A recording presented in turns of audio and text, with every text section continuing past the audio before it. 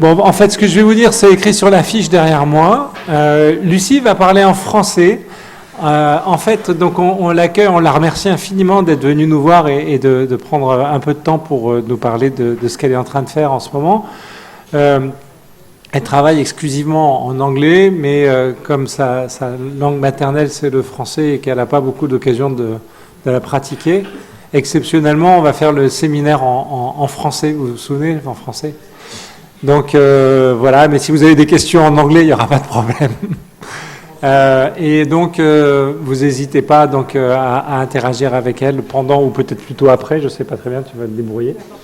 Et donc, merci beaucoup à Lucie Laflamme de venir nous voir de Stockholm et on l'écoute. D'abord, Lucie Laflamme, c'est mon nom. Et puis, je suis un professeur en épidémiologie des traumatismes et leur prévention à l'Université de Karolinska à Stockholm. Et depuis quelques années, j'ai eu des échanges avec mes collègues de Bordeaux. On a travaillé sur différents sujets ensemble. Et comme je suis ici pour travailler avec Emmanuel sur un projet, il m'a demandé si je voulais présenter un projet sur lequel je travaillais présentement. Et ça me fait bien plaisir de vous présenter ce qu'on est en train de faire, mes collègues et moi, sur une problématique qui m'intéresse beaucoup depuis longtemps, celle de la santé des personnes âgées, la médication et les problèmes qu'ils rencontrent, différents types donc de traumatismes. Et aujourd'hui, je voudrais vous parler des études qu'on est en train de faire et qu'on a fait sur l'empoisonnement intentionnel. Et je vais vous présenter deux types de résultats, des résultats sur les tendances, qu'est-ce qu'on voit, et sur la répétition. Puis je vais vous expliquer un peu pourquoi on a fait ça comme on l'a fait. Et puis, j'imagine que vous comprenez tous ce que je dis. Sinon Rachid va traduire. Et puis, arrêtez-moi, là, on a dit qu'on allait faire ça de façon informelle. Si vous avez des commentaires, des questions, vous n'êtes pas d'accord, ça va me faire plaisir d'en parler de toute façon. Alors, la première... oups, attendez un peu, là, je suis une bêtise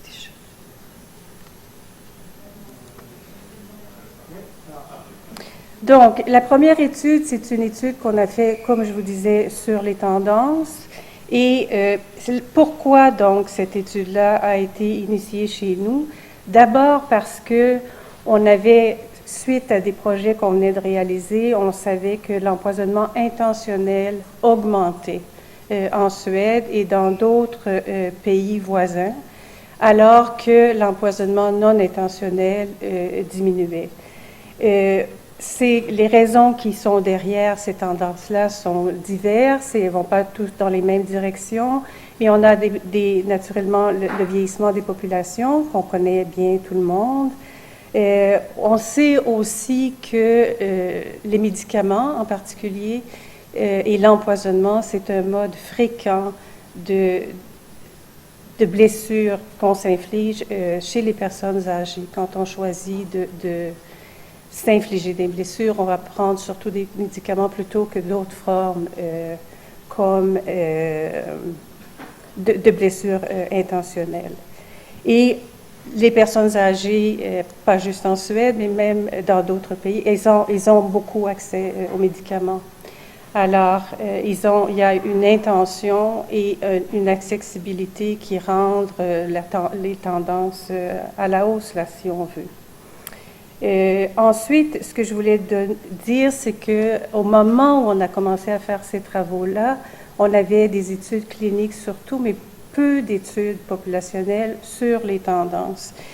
Et les études de tendance sont intéressantes quand on travaille sur ce genre de traumatisme parce que c'est un indicateur important du suicide. Aussi chez les personnes âgées. C'est vrai chez les jeunes, mais c'est vrai aussi chez les personnes âgées. Alors, on s'est dit, on va regarder ça. Alors, comment on a travaillé là-dessus? Attendez un peu, je vais vous montrer ça. Alors, qu'est-ce qu'on a voulu faire dans cette étude-là? C'est de vérifier de quoi les tendances avaient l'air chez nous, en Suède, des empoisonnements intentionnels, et on a comparé avec les empoisonnements non intentionnels qu'on nous disait était à la baisse. Et on a regardé différents groupes sociodémographiques dans notre population à nous. Et bon, là, en gros, ce qu'on a regardé, les données auxquelles on avait accès, c'est des données nationales au niveau individuel, avec lesquelles on a des registres en lien pour lesquels on a des informations donc sur la démographie et des informations sur l'accès aux médicaments, sur les problèmes de santé et sur l'empoisonnement. Et dans ce cas-ci, on va parler d'empoisonnement qui ont suscité des hospitalisations donc chez les personnes âgées ou un décès. Donc, on dit grave, là c'est grave même quand les gens ne sont pas hospitalisés, mais de cette nature-là. Ce que je voulais aussi vous montrer, et dans ce fichier-là, on se rend jusqu'en 2016. Dans l'ensemble des données, là on a environ 3 millions de personnes, c'est une étude de cohorte ouverte et on suit des personnes qui vont être pendant la période de suivi entre 50 et 100 ans. Et ces personnes-là, dans leur ensemble, dans la période de 2006 à 2016, on a compté environ 37 500 empoisonnements. Et comme vous pouvez voir ici, la plupart de ces empoisonnements-là étaient, 56% donc, étaient intentionnels. Et on avait environ un tiers qui étaient des empoisonnements non intentionnels. Et dans la tradition suédoise, ceux qui sont classifiés comme incertains, oui. Bon, vous me suivez toujours. Donc, alors les incertains, on va plus tard dans les analyses les jumeler avec les traumatismes, les empoisonnements intentionnels. C'est notre centre national sur le suicide qui nous fait cette recommandation-là. Alors, je voulais vous le faire savoir. Et comme vous pouvez voir, dans les cas de décès, la donnée incertaine est beaucoup plus fréquente en proportion, si on veut, que dans les cas où on a une hospitalisation sans décès. Sans décès dans les 30 jours. Alors, de quoi elles ont l'air, ces tendances? En général, ce qu'on voit, si on regarde la ligne bleue, ce sera nos traumatismes, les empoisonnements non intentionnels, et dans la ligne supérieure, on a intentionnel et l'intention non connue. Et on voit en fait sur cette figure, quand on regarde de 2006 à 2016, toutes les personnes âgées confondues, dans les 50 à 100 ans, on ne voit pas vraiment les tendances ni à la hausse ni à la baisse dont on avait entendu parler dans la littérature. Si on regarde ces mêmes données, si on veut, du plan de la démographie, si on regarde la stratification des données par sexe ou par état civil, on voit quelque chose qu'on connaît bien pour beaucoup de problèmes de santé, c'est-à-dire que si on regarde à droite de l'écran avec l'état civil, là on a des données pour différents statuts d'état civil, mais si on compare les gens qui sont mariés aux gens qui sont non mariés ici, on voit bien que le suicide chez les l'empoisonnement intentionnel chez les personnes qui ne sont pas en couple, qui ne sont pas mariées, est beaucoup plus fréquent que chez les gens qui ne le sont pas. Et ça, on sait ça et vous aussi, pour plusieurs problèmes de santé. C'est plus vrai quand on compare les empoisonnements intentionnels que quand on compare les empoisonnements non intentionnels sur cette figure. Et quand on regarde la différence entre les hommes et les femmes, on voit aussi chez les femmes une différence un peu à la hausse dans le temps de entre comparant les hommes et les femmes, une plus grande différence, si on veut, dans le cas des empoisonnements intentionnels que dans le cas des empoisonnements non intentionnels. Là, on a les données que je vous présente et s'arrêtent en 2016. J'en suis bien consciente, tout le monde est un peu curieux de savoir qu'est-ce que ça a donné si on continue jusqu'à 2020. Et au moment où je vous parle, je ne le sais pas. Réinvitez-moi dans 6 mois, j'aurai plus de choses à raconter. Mais c'est évidemment quelque chose qui, on s'attend à des changements importants dans l'ampleur des différences et dans la direction de ces courbes-là. Mais c'est les données qu'on avait à ce moment-ci. Et ce que j'ai moins mentionné au début, mais une question qui nous intéressait aussi, c'est que en Suède, on nous dit que nos baby boomers, ils sont beaucoup moins en santé que les non-baby boomers dans notre population. C'est des gens qui ont plus tendance à boire beaucoup, qui ont des problèmes de dépression et qui ont des problèmes de consommation importante de médicaments. Mais dans les données de 2006 à 2016, on ne couvre pas l'entièreté, si on veut, des baby boomers, ce qui fait que quand on regarde de ce côté-ci, on voit chez notre groupe de baby boomers, si on regarde les empoisonnements intentionnels, une tendance à la baisse, et c'est la tendance à la baisse qui est la plus importante, si on veut, à part la comparaison des gens mariés ou non. Mais là aussi, on a besoin de plusieurs années encore pour être capable d'avoir un meilleur sens de la direction de ces résultats-là. Il va être jusqu'à 64. C'est les gens qui sont nés entre 46 et 64. Et les autres, ils sont plus jeunes ou plus vieux? Les deux. Les deux. Parce que, c'est ça, ils sont, comme on a de 50 à 100 ans. Mais il nous en manque dans notre... Voilà. Alors, chez nous, si on regarde au niveau de la population en général, quand on regarde les hospitalisations et décès et qu'on met ensemble les empoisonnements intentionnels et dont l'intention n'est pas connue, qui est un petit nombre, si on veut, on n'a pas une tendance ni à la hausse ni à la baisse évidente jusqu'en 2016, alors qu'on avait des rapports qui se terminaient vers 2010 et 2012 qui disaient ça descend et on voit pas ça dans les données. C'est pas ça que ça c'est la Suède au complet là, ces données-là. Il n'y a pas de trou en fait dans les données. Il n'y a pas de tendance à la baisse après 2010. Il y a des différences démographiques importantes, certaines auxquelles on s'attendait bien, notamment l'état civil, et d'autres qui sont pas vraiment dans la direction attendue. Et la différence entre les générations, baby boomer ou non, ben, c'est un peu tôt pour ce matériel, ces données-là, pour donner une réponse complète. Ça, c'était pour les tendances. La deuxième question dont je voudrais vous parler aujourd'hui, c'est la répétition. Je passe par-dessus les facteurs de risque à l'empoisonnement. Il y a beaucoup d'études importantes et intéressantes sur ce sujet-là. C'est pas là que nous, on s'est intéressé le plus. Pourquoi la répétition est importante comme sujet de recherche et les empoisonnements? C'est parce que c'est fréquent. Les personnes âgées et les jeunes aussi qui se automutilent de différentes manières, s'ils l'ont fait une fois, ils vont répéter le geste. Là, vous me suivez toujours? OK.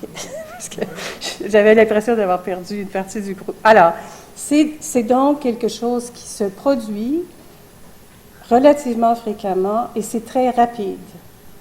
Et vous allez voir ça dans les données que je vais vous présenter. On sait ça déjà beaucoup chez les jeunes, mais on voulait voir jusqu'à quel point c'était vrai aussi chez les personnes âgées. C'est la même cohorte de personnes, et là, le regard qu'on pose sur ces données-là, c'est qui dans c'est-à-dire, à quelle fréquence est-ce que ça arrive et quelles en sont les conséquences? Donc, 3 questions qu'on a voulu regarder de plus près. Les raisons sont à peu près les mêmes, plus qu'est-ce que j'ajoute, dans l'idée que cette répétition-là, c'est pas juste une question de curiosité, c'est aussi une question de savoir à quelle fréquence ça se produit, c'est quoi le temps entre le premier et le second empoisonnement, et plus rapidement, je vous montrerai aussi, est-ce qu'on a une différence dans notre population de personnes âgées suédoises jusqu'en 2016 entre les personnes qui vont s'empoisonner une fois et intentionnellement et celles qui vont le faire 2 fois. Et 2 fois, dans les données qu'on utilise ici, c'est 2 fois dans l'année. Hein, c'est ce que la littérature qu'on a vu qui étudie la répétition, la définition de la répétition, c'est qu'est-ce qui se passe dans l'année qui suit. Il y a des façons aussi importantes de regarder la répétition dans le temps, surtout chez les gens qui s'intéressent au suicide. La fenêtre d'une année n'est pas suffisante, mais pour la répétition, dans notre curiosité à nous, si on veut, c'est la fenêtre qui est la plus intéressante.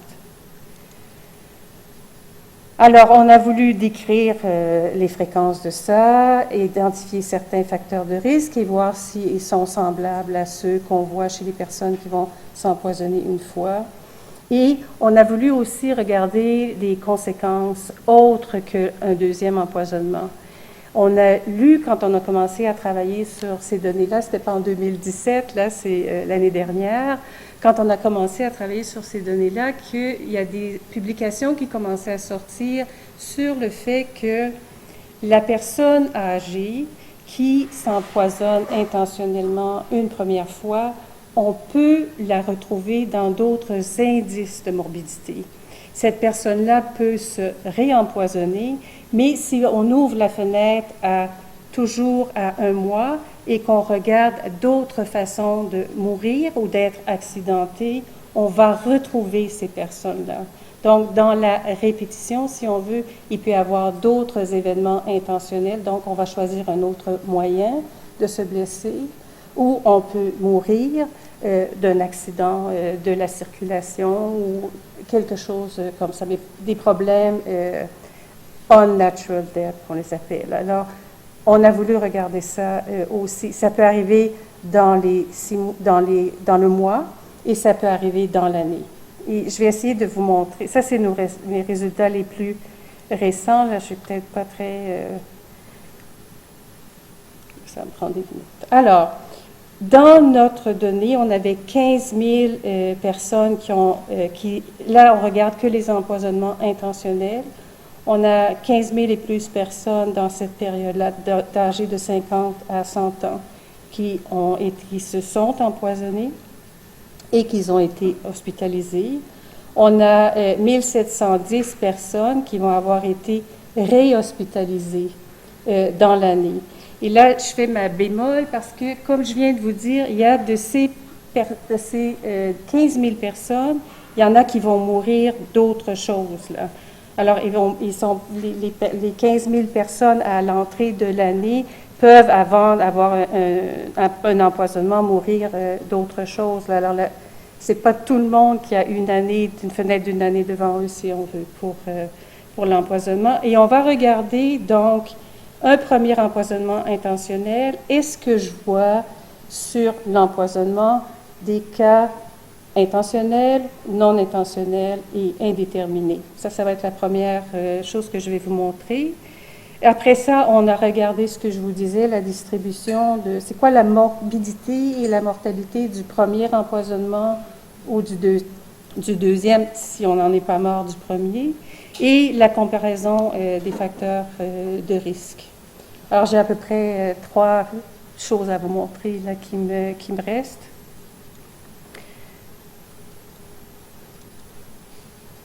Donc, ce que je voulais vous montrer, parce que c'est toujours avec ces autres études qu'on a lues, cette même curiosité-là est de ne pas limiter le champ d'intérêt après le premier empoisonnement. Qu'est-ce qui arrive à ces gens-là d'autres qui peut être intéressant à regarder comme indice, si on veut, de vulnérabilité. Et d'une part, la vulnérabilité, mais aussi d'autre part, le codeur, là, celui qui est à l'hôpital, puis qui va dire c'est quoi l'intention de cet empoisonnement-là. Donc, ce qu'on voit qui est très clair ici, en premier lieu, c'est que la répétition, c'est souvent à partir d'empoisonnement intentionnel, dans presque 90% des cas, l'empoisonnement suivant et va être intentionnel, mais on a aussi, ça peut être suivi d'un empoisonnement codé non intentionnel ou indéterminé. Ce que j'ai voulu indiquer aussi dans la figure, c'est que 60% des cas, c'est pas des taux, là, mais 60% des cas, ce sont des femmes. Si on a 3 groupes d'âge, 50 à 64, 65 à 80 et 80 et plus, c'est beaucoup plus fréquent chez les plus jeunes. Et la valeur médiane pour ce second empoisonnement-là, c'est dans les 4 jours. Alors, nos collègues cliniciens trouvent que c'est un résultat important, là, parce qu'il y a des choses dont on peut peut-être faire à l'hospitalisation du premier cas, si on sait quoi faire, mais ça veut dire que la personne qui est devant nous, s'il y aura un deuxième empoisonnement, elle est à risque quand on la voit, là, beaucoup plus. Et évidemment, on voit en haut à gauche l'intentionnel et l'intentionnel, que ça descend très rapidement après, alors que si on prend des tranches de 30 jours, là j'ai oublié de vous dire ça, c'est l'année divisée en tranches de 30 jours, c'est pas tout à fait la même chose pour les 2 autres cas de figure, et il y a beaucoup moins de cas là, mais il y a toujours ce pic-là dans le premier mois. Ça me fascine beaucoup, moi. Je ne suis pas clinicienne, là, mais je suis contente de ne pas l'être, en fait. Et bon, ça, c'est une table qui est peut-être, dont on n'a pas besoin de faire complètement le tour, mais ce que je vous disais tout à l'heure, c'est que les gens, ça, si on regarde ici, c'est le premier empoisonnement, et qu'est-ce qui arrive après ce premier empoisonnement-là dans les 30 jours et dans l'année. Et on a 2,3%, mais quand même presque 350 personnes qui vont mourir de leur premier empoisonnement. C'est-à-dire qu'ils vont mourir dans le mois. Et plusieurs d'entre elles vont mourir d'une autre cause non naturelle, accidentelle. Et cette différence-là, on voit dans ces chiffres-là qu'il n'y a pas beaucoup vraiment de différence entre les hommes et les femmes et que c'est plus fréquent chez les personnes plus âgées, mais ce qu'on comprend aussi. Le deuxième empoisonnement, il est beaucoup moins fréquent. Alors, les chiffres sont plus difficiles, si on veut, en valeur absolue à interpréter, mais les proportions sont plutôt semblables. On n'a pas fini de travailler sur ce dossier-là, mais c'est en ligne, en fait, avec l'idée que quand on s'intéresse au suivi d'un premier empoisonnement, il y a plusieurs choses qui peuvent faire partie du futur dans l'année, dans les 30 jours ou dans l'année qui suit pour les personnes concernées. Et la dernière chose, ça, nous, dans notre équipe, on dit ça, c'est le sac à dos des personnes qui sont empoisonnées, là, si on veut. Il y a beaucoup d'analyses là-dedans. En fait, si vous regardez, on compare, on a fait la stratification des hommes et les femmes, on a ajusté pour l'âge et le statut, Marie-Thérèse, je l'ai dit tantôt, statut civil, oui, merci.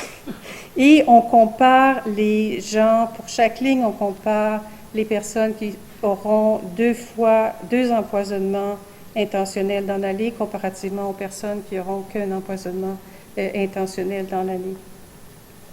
Et ce qu'on veut ce qu'on veut ressortir de cette table, c'est l'effet, bien sûr, que la population, le groupe dont on parle, ce sont des personnes qui souffrent de différentes façons. Ce n'est pas des gens qui sont en santé. Si on regarde, si elles ont d'autres diagnostics de santé dans les 30 jours qui précèdent l'empoisonnement, on voit bien sûr des diagnostics en psychiatrie chez les hommes et chez les femmes. On voit des problèmes circulatoires chez les hommes, mais pas chez les femmes. Quand on regarde combien de ces personnes-là, combien ces gens étaient dans l'année qui ont précédé, vus et diagnostiqués pour d'autres types de problèmes de santé, bien, il y en a plein. Dont des diagnostics qu'on connaît bien. Là, encore une fois, des problèmes psychiatriques, on a aussi des problèmes d'abus d'alcool, d'abus de drogue, et on voit aussi d'autres c'est-à-dire d'autres traumatismes qu'on s'inflige, mais pas les empoisonnements.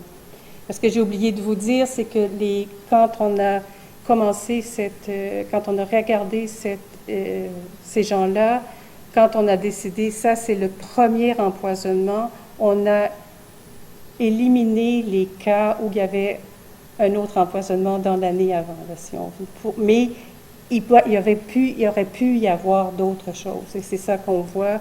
Il y a eu d'autres types de traumatismes qu'on s'est infligés. Et bon, la médication, c'est bien lié à l'état de santé, on sait ça.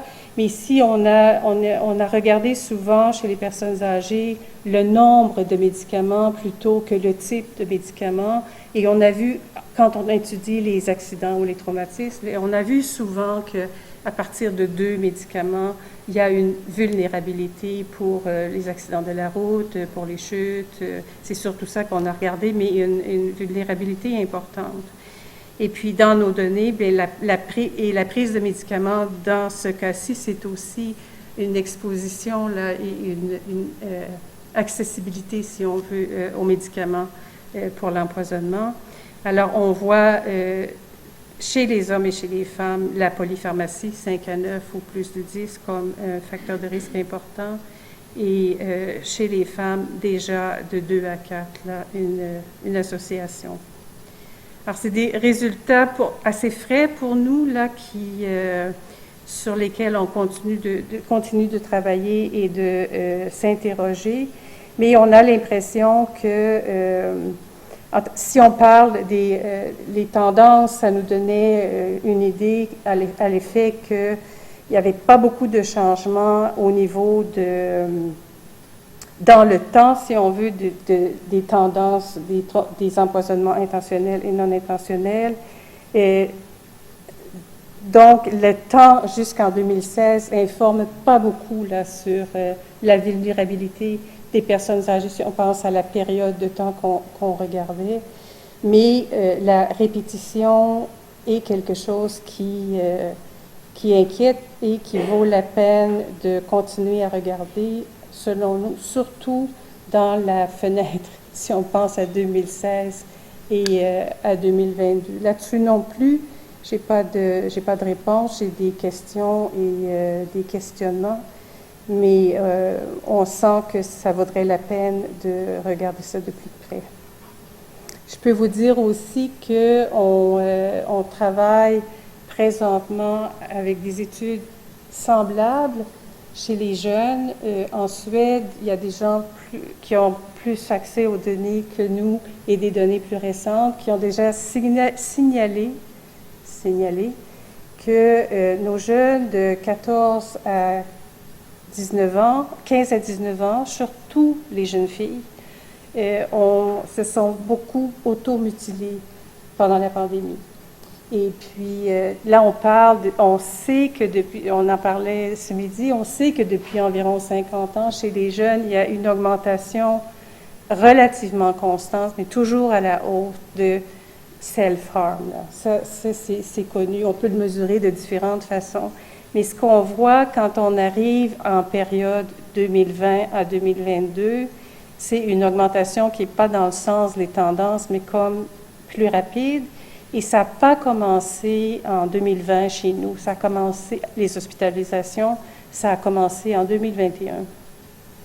C'est pas parce que nos jeunes, ils pouvaient faire la fête et s'amuser en Suède. On ne pense pas que c'est ça l'explication, mais il y a comme un effet retardé, si on veut, de l'augmentation, de l'effet de la pandémie. Il y a une pente à la hausse, mais l'effet de la pandémie, on le voit un peu tard. Là, ce n'est pas les personnes âgées dont je vous parle, mais on n'a pas regardé ces données-là chez les personnes âgées. Et c'est ça que je veux finir de vous dire, qu'il ne faut pas les laisser tomber, là, parce qu'il y a une problématique importante chez ces gens-là aussi. Et généralement, on dit que les personnes âgées vont utiliser moins ce geste, vont poser moins ce geste, et souvent, quand ils le posent, c'est plus fatale que chez les jeunes. Alors, on va continuer de gratter, de fouiller et de regarder ce qui se passe autour de nous dans les années récentes, le plus rapidement possible. Voilà, c'est ce que j'avais à vous raconter. Si vous avez, puis je peux répondre à des questions. Je comprends le français aussi, je ne fais pas juste le parler.